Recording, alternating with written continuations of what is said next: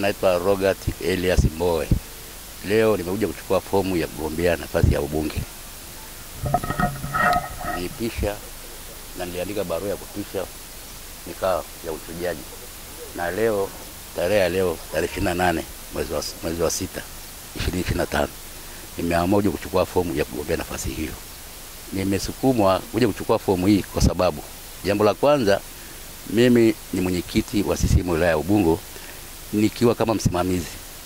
Nimewiwa kwenda kutenda kazi, kwa sababu kazi ya mwenyekiti sio mtendaji.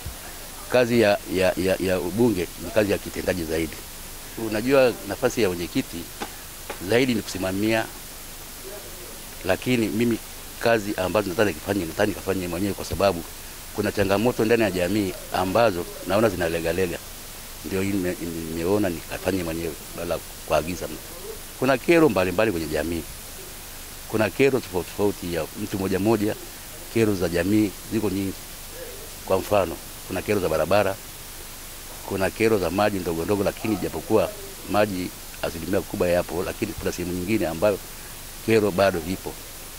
Unajua changamoto hizi ukikalia kwa karibu zaidi pasipo kukamba na wananchi, hamna jambo linaloshindikana.